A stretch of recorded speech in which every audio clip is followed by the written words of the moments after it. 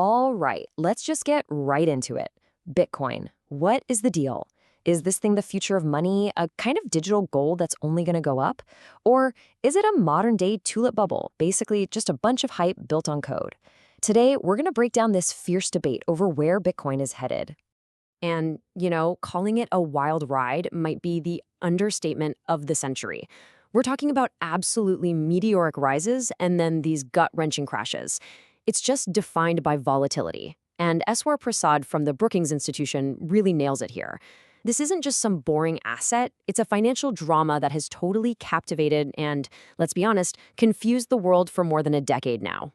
So to even begin to understand where Bitcoin might be going, you have to go back to the beginning. We have to look at what it was supposed to be, its revolutionary promise. So picture this, it's 2008. The global financial system is melting down, and trust in banks and governments is just gone. Bitcoin was born right out of those ashes, and the dream was so simple, but so powerful. A new kind of money, totally decentralized. No more banks telling you what to do, no more government interference, just people sending money directly to other people, peer-to-peer, giving you total control and a bit of anonymity. It was supposed to be the people's currency.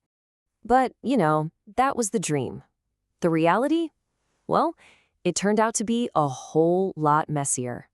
And if you ask the critics, it's completely broken. And this is where the cracks really start to show. You can see how this all lays out the huge disconnect. The promise of a fast global currency? Well, the reality is the Bitcoin network is actually pretty slow. The promise of a stable way to pay for things? That gets completely shattered by its legendary price swings.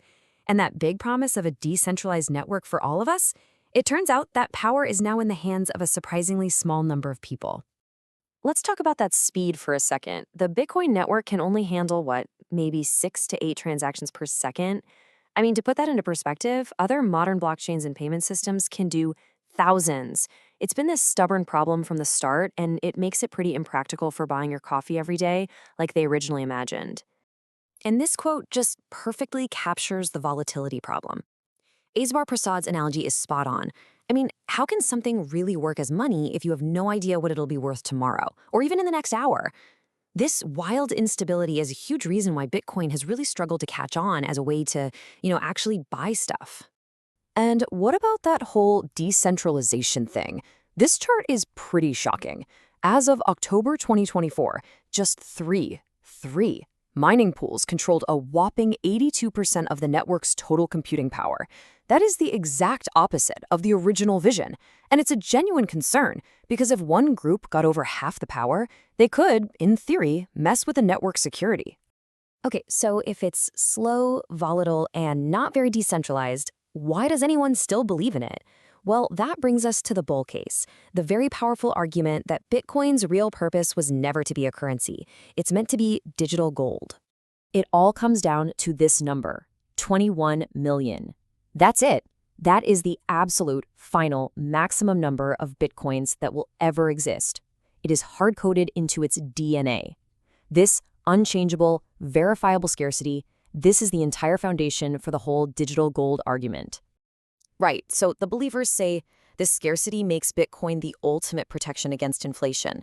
While governments are out there printing more and more money, making currencies like the US dollar worth less over time, Bitcoin's supply is totally fixed. That makes it a reliable way to store your wealth. And you got to admit, it's a digital survivor.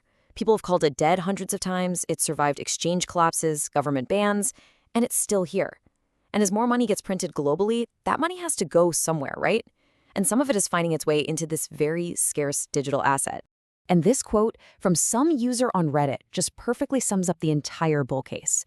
The argument isn't really that Bitcoin is going up, it's that traditional government-backed money is constantly going down. In that world, Bitcoin looks like a lifeboat in an ocean of endless money printing.